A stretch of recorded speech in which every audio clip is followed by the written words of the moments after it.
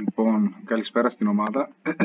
Κάνω αυτό εδώ πέρα το βιντεάκι για να σας δείξω λίγο τώρα για αυτά που ζητάνε οι προμηθευτές από τα τσιγάρα που θέλει να βγάλουμε αυτόν τον κωδικό, τον AMDICAP που λέγεται.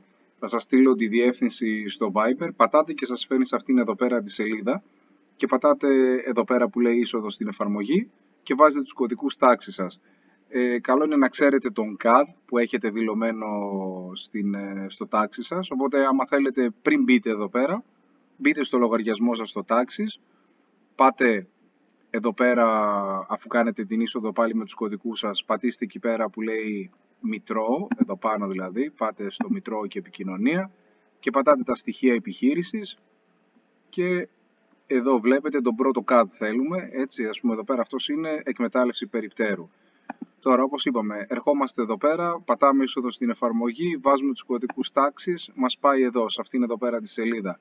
Διαλέγουμε αυτό εδώ πέρα που λέει αίτηση εγγραφής στο ΕΚΜΕΑ. Το πατάμε.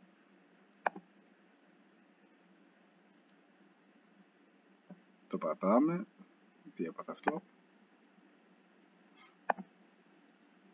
Ωραία. Και ανοίγει αυτήν εδώ η σελίδα. Λοιπόν, το μόνο που χρειάζεται να κάνουμε είναι εδώ πέρα που λέει Τελωνειακή Περιφέρεια, επιλέγουμε Θεσσαλονίκης. Εδώ πέρα πρέπει να βάλουμε ένα email για να αλλιώς δεν περπατάει η αίτηση. Το λέω γιατί εγώ έχω κάνει και στο άλλο το περίπτερο που έχουμε και ξέρω τι να διαλέξουμε. Εδώ στον CAD διαλέγουμε τον CAD που έχουμε εμείς ενεργό. Εμείς έχουμε εδώ πέρα την εκμετάλλευση περιπτέρου.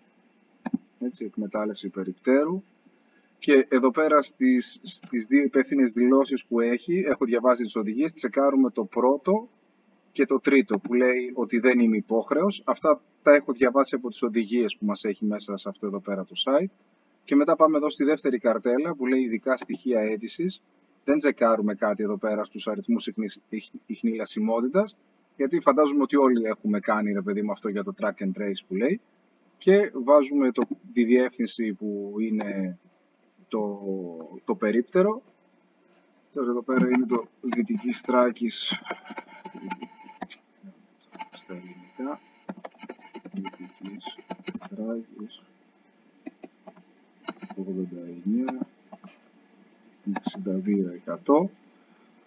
Και εδώ πέρα που λέει ιδιότητα βάζουμε λιανέμπορος. Έτσι, λιανικό εμπόριο κάνουμε. Πάμε εδώ που λέει ενέργειες και πατάμε προσωρινή αποθήκευση. Άμα έχει κάποιο λάθος θα μας το εμφανίσει εδώ πάνω. Τώρα εδώ βλέπουμε ότι δεν έβγαλε κάποιο λάθος. Λέει ενέργεια ολοκληρώθηκε με επιτυχία. Και πατάμε πάλι ενέργειες, υποβολή αίτησης. Βλέπουμε ότι εδώ φορτώνει, άμα δείτε εδώ δίπλα. Και πάλι λέει ότι η ενέργεια ολοκληρώθηκε με επιτυχία. Τώρα αν πατήσουμε εδώ πάνω που λέει εισαγωγική σελίδα. Και πάμε εδώ πέρα, τώρα βλέπετε ότι δεν υπάρχει πια η αίτηση εγγραφής στο Μητρό ΕΚΜΕΑ γιατί την έχουμε ήδη κάνει. Πατώντας πάνω τώρα εδώ και πατώντας αναζήτηση,